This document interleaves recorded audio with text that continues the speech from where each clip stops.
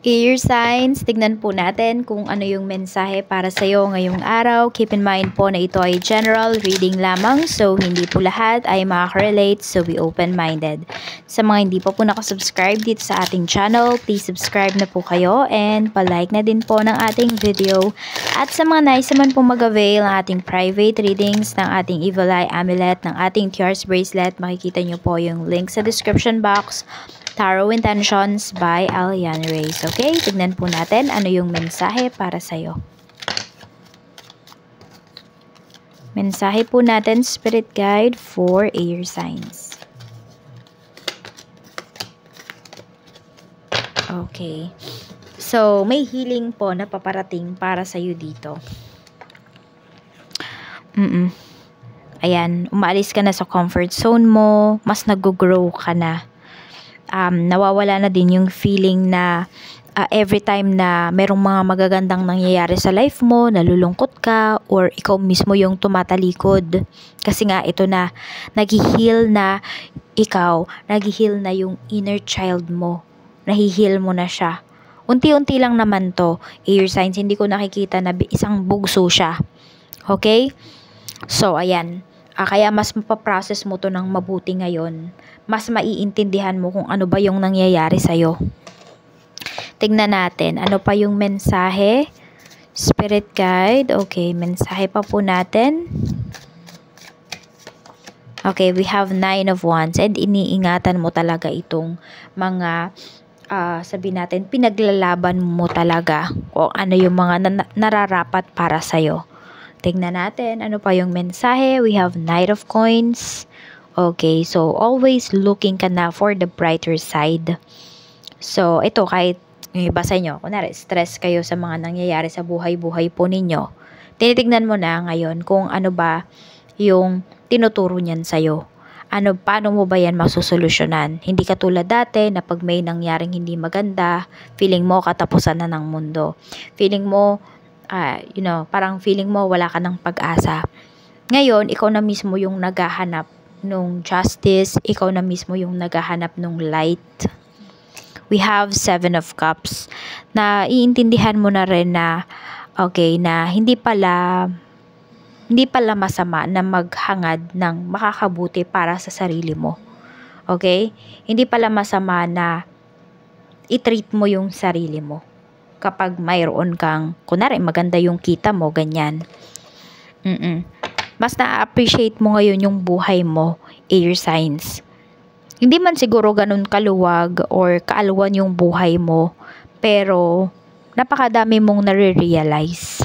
Kasi nga nahi-heal mo na yung inner child mo. Tignan natin yung mga hindi mo nagagawa ng bata ka, ngayon na ibibigay mo na yun sa sarili mo. Sa family mo naman, we have 3 of Coins. Ayan. And meron tayo ditong 2 of Coins. So, may pinag-uusapan dito regarding sa family. Pwedeng yung mga, yung mga priorities. Ayan po, we have Queen of Swords. Meron lang kayong hinihintay dito. Parang nag-overthink yung iba sa inyo. May hinihintay kayo dito na makipag-usap po sa inyo na makipag-communicate. Yan yung pinapakita dito. Or pwede rin naman na meron dito ayaw makipag-communicate sa'yo. Ayaw niya nang makipag-usap sa'yo. Isang family member ito. Air signs. Yun. So, pwedeng pinutol mo na din yung connection mo with this person. Kasi, yun nga, pwedeng nakakapagbigay siya sa'yo ng stress. Siguro, siya yung nagbibigay sa'yo ng nag-overthink ka, ganyan. Meron din naman dito, pasaway talaga na family members mo. Pwedeng mas bata po ito sa'yo. Ayan, parang kung ano yung hilig niya, yun talaga yung kailangan niya makuha. So, meron dito sunod sa gusto. Merong spoil dito sa family na pinapakita. Tignan natin kung ano pa yung mensahe pagdating naman po sa, ayan. We have King of Coins. Pagdating to sa friends mo, meron tayo ditong 7 of Coins at mayroon tayo ditong Strength. Okay, so mga kaibigan mo naman, nakikita ko naman dito, sobrang busy. Pwedeng ikaw din naman, busy ka din naman sa trabaho, busy ka sa mga pinagkakaabalahan mo. Ayan. So, pag meron ka namang request dito sa mga friends mo, pinagbibigyan ka naman nila. Ayan po. Ayan. Hindi ka naman nila matiis. Yan kasi yung energy na pinapakita regarding yan sa kahit busy yung mga friends mo or kahit ikaw, air signs busy ka, is you give time with your friends kapag kailangan ka talaga nila or kapag kailangan mo sila. So, hindi sila makatanggi. Tignan natin. Siguro kasi, sabi natin, marami ka din namang nagawa na makabutihan sa mga friends mo. Kaya siguro minsan ka lang din mang-abala sa kanila, kaya pinagbibigyan ka na rin talaga nila. Tignan natin pagdating naman sa love life mo, we have 9 of Cups. Ayan po. Meron tayo ditong 7 of Wands. And mayroon tayo ditong 9 of Coins. Okay, so pinapakita naman dito na marami po sa inyo, air signs, ay secured kayo.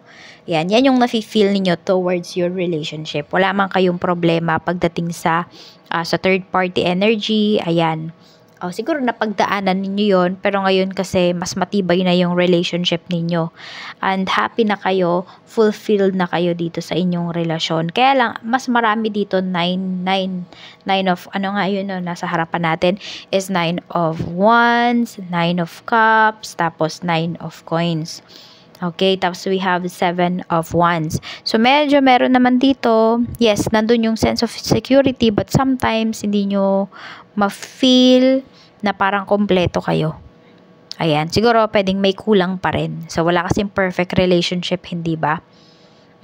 So, yun, pwedeng may kulang ka pa rin na nararamdaman towards dito sa relationship ninyo. Though, happy ka, pero ewan ko kung ano yung hinahanap mo.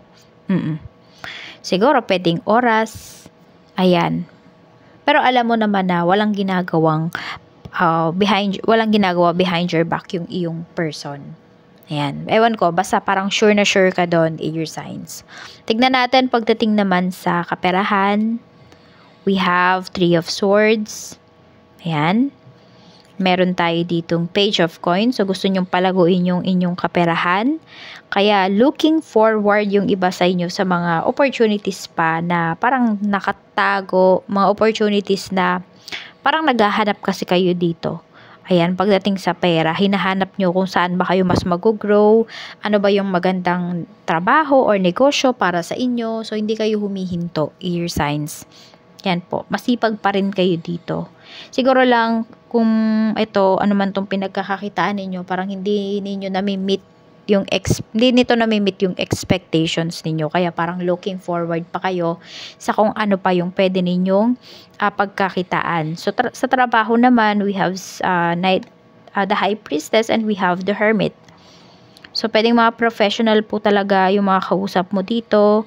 Ayan, parang hindi sila kasi nag-say yes kaagad. Ayan, nag-iisip pa yung mga taong to nakausap mo. So, sabi ko may pagka-professional kasi alam nila yung sasabihin nila, alam nila yung mga isasagot sa'yo.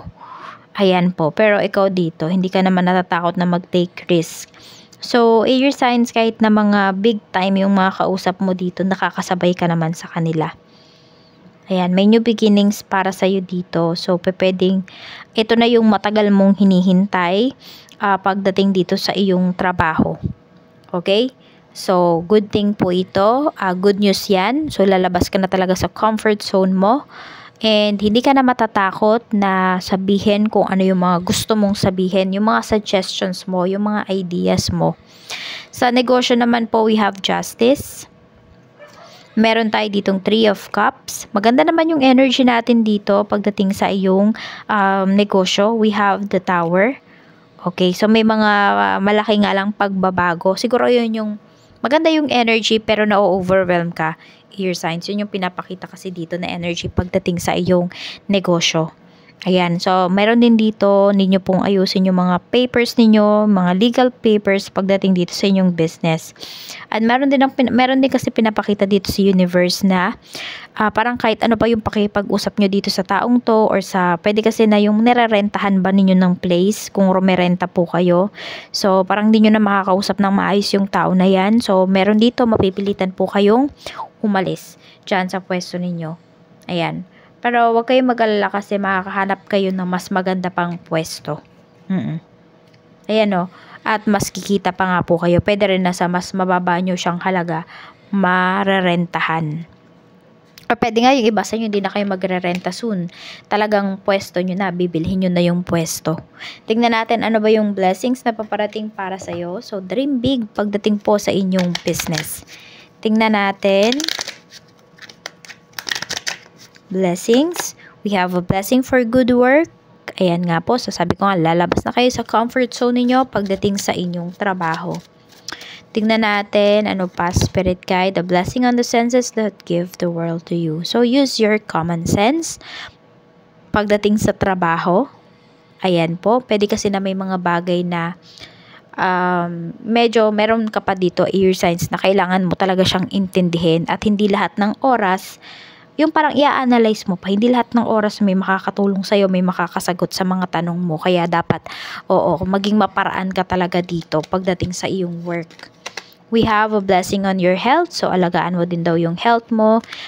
Some of you, pwedeng iwas muna kayo sa mga matatamis. Ayan. Or sa mga maalat. Basta, need nyo yatang i-change yung inyong diet dito.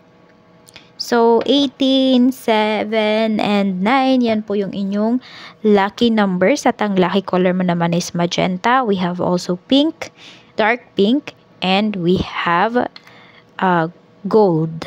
Gold or yellow. Yan lamang po. Maraming salamat. Mag-iingat po kayo always and more blessings to come.